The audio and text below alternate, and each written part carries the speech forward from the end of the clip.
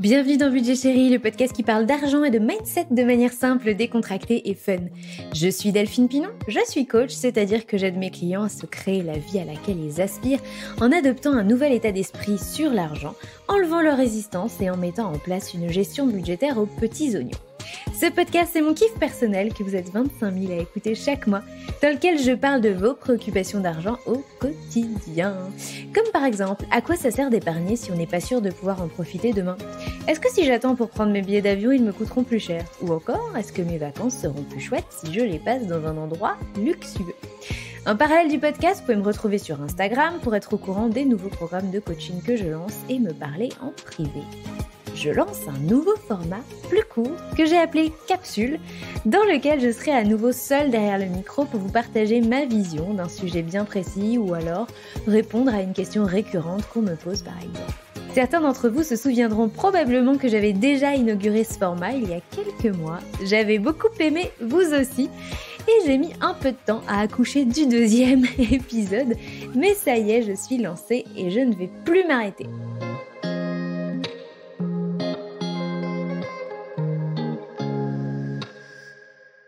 Aujourd'hui, je réponds à cette question. Pourquoi il vaut mieux dépenser demain que maintenant ? En matière d'argent, on est tous confrontés en permanence, tous les jours, à un choix entre dépenser maintenant ou garder son argent pour éventuellement le dépenser plus tard, ce qu'on appelle communément épargner. Imaginons que j'ai envie de m'offrir un dîner dans un restaurant étoilé et que j'ai parfaitement les moyens de le faire. Je peux décider de réserver là, maintenant, prochainement, pour y aller ce soir, demain, ou alors attendre. Vous serez d'accord avec moi pour dire que je n'ai aucun intérêt à attendre, sauf à y trouver un bénéfice plus grand.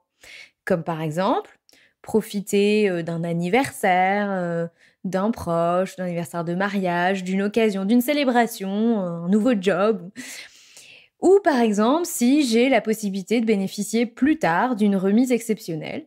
Ou par exemple, si je souhaite attendre les beaux jours pour pouvoir, par exemple, dîner en terrasse. Ce phénomène qui consiste à accepter de repousser une gratification dans le but d'en obtenir une plus grande est bien connu des économistes sous le nom de gratification différée. Ce qui est génial, c'est qu'on n'a pas tous la même sensibilité à la gratification différée. Autrement dit, on n'est pas tous prêts de la même manière à différer nos plaisirs. La principale raison à cela, c'est qu'en acceptant de différer, on n'est jamais vraiment certain de ce qu'on aura dans le futur. D'où la fameuse expression « un tien vaut mieux que deux tu l'auras ». Vous savez, ça fait partie de ces fameuses expressions, on les connaît toutes par cœur, mais des fois le sens n'est pas forcément hyper perceptible par rapport à la façon dont c'est dit. Par exemple, si votre employeur vous dit « je peux t'augmenter maintenant de 10%, mais dans ce cas, tu ne pourras pas demander de prime annuelle, par exemple sur la base des performances de la société, sur l'année, etc. » J'estime en tant que ton patron que le montant, si jamais en fait tu acceptes la prime annuelle, il y a des chances, mais c'est pas sûr, qu'elle soit le double de l'augmentation. Mais on n'est pas sûr de son montant et on n'est pas sûr qu'on pourra te la verser. Donc, c'est à prendre ou à laisser. En gros, c'est soit tu prends une augmentation de 10% maintenant, c'est sûr, tu l'auras, elle est garantie. Soit tu attends un peu et tu prends le risque ou tu saisis l'opportunité de peut-être avoir le double à la fin de l'année. Qu'est-ce que vous feriez dans pareille situation ?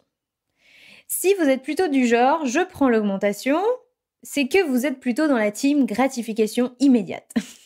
Si vous tentez d'obtenir la prime annuelle, vous êtes de la team gratification différée. Cet exercice, vous pouvez mettre ce que vous voulez comme contexte et comme situation, mais cet exercice est un très bon moyen, entre autres, de mesurer notre appétence personnelle ou notre aversion au risque et à l'incertitude. Acceptons-nous de prendre des risques dans un environnement incertain ? Point d'interrogation.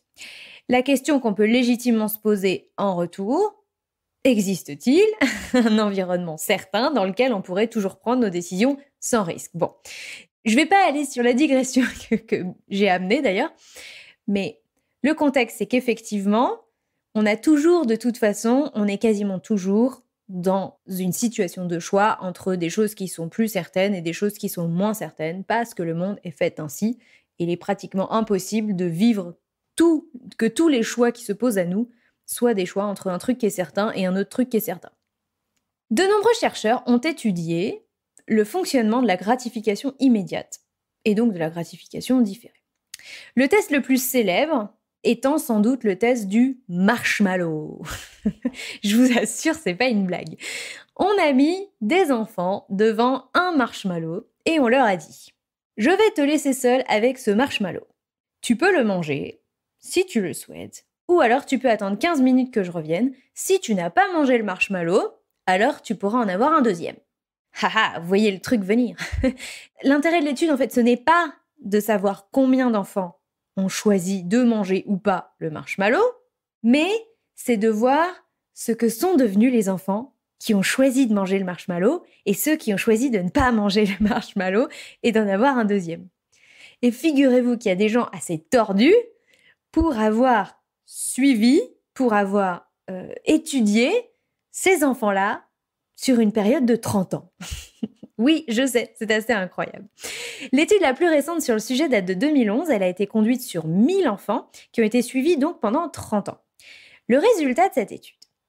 Ceux qui ont mangé le marshmallow sont nettement plus nombreux à avoir, par exemple, des problèmes de santé, des addictions, un casier judiciaire, à être devenus parents seuls ou à avoir un revenu inférieur à 20 000 $. Je vous donne pas les chiffres là, mais c'est dans des proportions qui des fois varient du simple au quadruple entre les personnes qui ont mangé le marshmallow et les personnes qui ont choisi d'attendre pour avoir un deuxième marshmallow. Les résultats de cette étude sont d'ailleurs tellement édifiants que les chercheurs considèrent que notre sensibilité personnelle à la gratification différée est un meilleur indicateur de réussite que l'intelligence qu'on mesure habituellement par le QI. Comment est-ce qu'on peut expliquer le lien qu'il y a entre la sensibilité à la gratification différée et le potentiel de réussite dans la vie? J'ai identifié à titre personnel 3 facteurs qui, à mon sens, expliquent, mais presque de manière, j'ai presque envie de dire, avec beaucoup de bon sens, cette corrélation. Premièrement, l'individu qui est prêt à renoncer à des plaisirs immédiats et prêt également à des sacrifices dans le présent, démontre des aptitudes naturelles à la persévérance. Par exemple, cet individu qui est prêt à dire non à une relation banale pour se rendre disponible pour une relation géniale, que ce soit une relation amicale ou une relation amoureuse, par exemple. Par exemple, on prend un autre individu qui serait prêt à renoncer à, je prends une femme, ou pas, mais à colorer ses cheveux ou à faire des traitements sur ses cheveux pour le bénéfice de les garder soyeux, intacts et robustes le plus longtemps possible jusqu'à un vieil âge. Ou cette personne qui est prête à faire du sport très régulièrement pour maintenir son corps en forme jusqu'à un âge avancé. Ou alors encore cette autre personne qui est prête à consacrer tout son temps libre à construire la maison de ses rêves sur ses week-ends, sur ses soirées, ou à développer son propre business en parallèle de son activité principale. Tous ces exemples pour montrer que effectivement, quand on est prêt à faire ce type de sacrifice, de renoncement dans le but d'obtenir un bénéfice plus grand à l'avenir, on montre des aptitudes naturelles de persévérance qui sont des qualités qui, en général, nous favorisent dans le monde dans lequel on vit. Autre facteur important, quand on accepte de renoncer sans aucune certitude sur l'avenir, on fait preuve d'une plus grande confiance.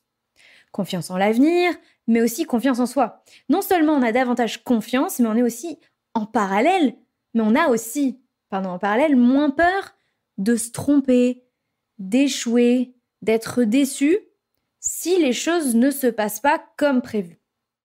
Par exemple, quand je décide de reprendre mes études pour passer un diplôme, mais sans aucune certitude de l'avoir, de l'obtenir ce diplôme, je décide d'avoir confiance en moi, en mes capacités, en l'avenir, en ma capacité à m'engager, à m'investir, mais aussi en ma capacité à rebondir. Et aussi en ma capacité à prendre des bonnes décisions Et c'est aussi en général une confiance dans son intuition, dans notre faculté à créer les conditions d'une réussite sur tel ou tel projet. Cet état d'esprit et cette confiance fait une différence majeure dans notre capacité effective à être en réussite. Ça ne veut pas dire que la réussite sera forcément là, mais non seulement les probabilités de réussite sont plus grandes, mais aussi notre capacité à rebondir en cas d'échec est également beaucoup plus importante parce que confiance plus persévérance sont, encore une fois, à mon sens, mais pas que, des qualités essentielles pour avancer dans un monde, dans notre monde, dans un monde qui bouge tout le temps.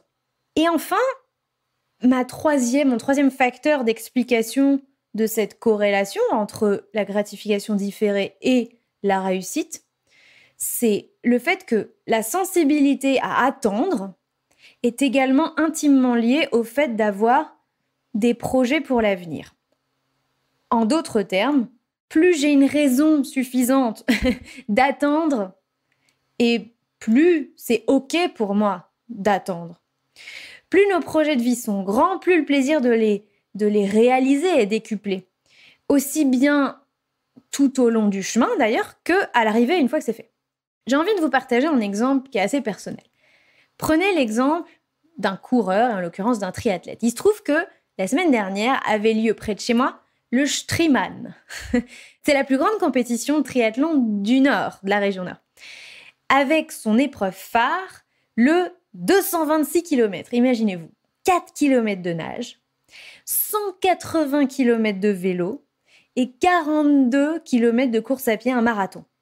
Donc les gens commencent par de la nage, ensuite ils enchaînent avec 180 km de vélo et ensuite ils enchaînent avec un petit marathon, tu vois, comme si c'était pas assez. Celui qui n'accepte pas ça, d'en baver en préparation, de sortir nager, pédaler, courir par tous les temps, qu'il gèle, qu'il vente, qu'il pleuve, l'orage et tout, ne connaîtra jamais l'intensité de passer la ligne d'arrivée. Ce fameux week-end dernier, je suis allée, moi, les accueillir. Les derniers arrivés. Ceux qui ont mis près de 15 heures pour terminer la course. Vous imaginez 15 heures. Ceux qui sont partis à 7 heures du matin et qui sont arrivés après 21h30. Eh ben, je suis allée les accueillir et je peux vous dire que j'étais presque aussi émue qu'eux. J'exagère, mais quand on passe la ligne d'arrivée, tout d'un coup, ça donne du sens aux semaines et aux mois de préparation, à tous ces moments où on en a bavé. Tout ce qui amène à cette joie immense, ultime, de ce dépassement de soi. Quiconque a déjà vécu des dépassements de soi, peuvent être sportifs ou d'autres situations, connaît ce sentiment très particulier. Alors, j'ai pas tout à fait fini, mais voilà ce que j'avais entre autres à dire sur ce qui pour moi explique cette corrélation. Sauf que dans nos sociétés modernes et occidentalisées, il y a peu, voire pas, de place. Non, il y a très peu de place pour la gratification différée. C'est maintenant qu'il faut acheter. Pas demain, pas après-demain, c'est maintenant. Parce qu'il y a une promo, parce que c'est en édition limitée, parce que sinon tu risques de plus trouver ta taille, parce que c'est juste ultra tendance là, maintenant, cette année, parce que ton coiffeur en a un, parce que ton enfant en réclame une, parce que t'es contrarié, parce que tu te sens pas assez beau, pas assez belle, parce que tu viens de te faire larguer, parce que tu t'ennuies. C'est maintenant. Tout est bon pour que tu consommes. De tout de suite. Mais c'est aussi le cas dans d'autres domaines, en fait, j'ai envie de dire, pas que dans la consommation, dans l'écologie.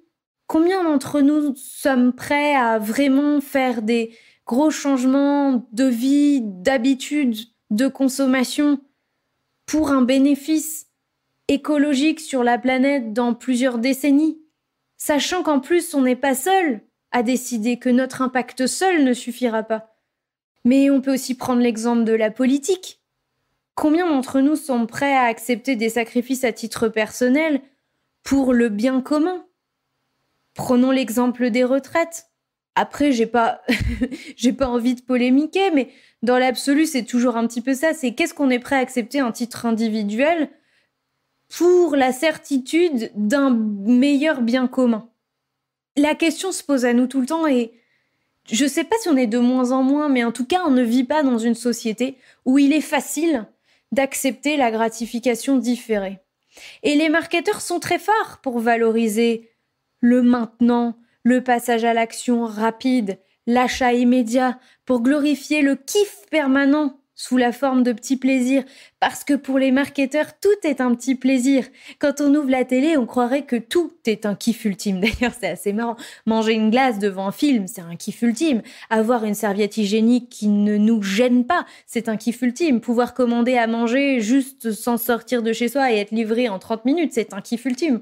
Avoir une litière qui est facile à nettoyer, c'est un kiff ultime. Cuire des pâtes en moins de 5 minutes, avoir un véhicule 4 roues motrices, pouvoir demander à OK Google de nous mettre de la musique, commander une tapette à mouche à minuit et la recevoir le lendemain à 8 heures, c'est un kiff ultime.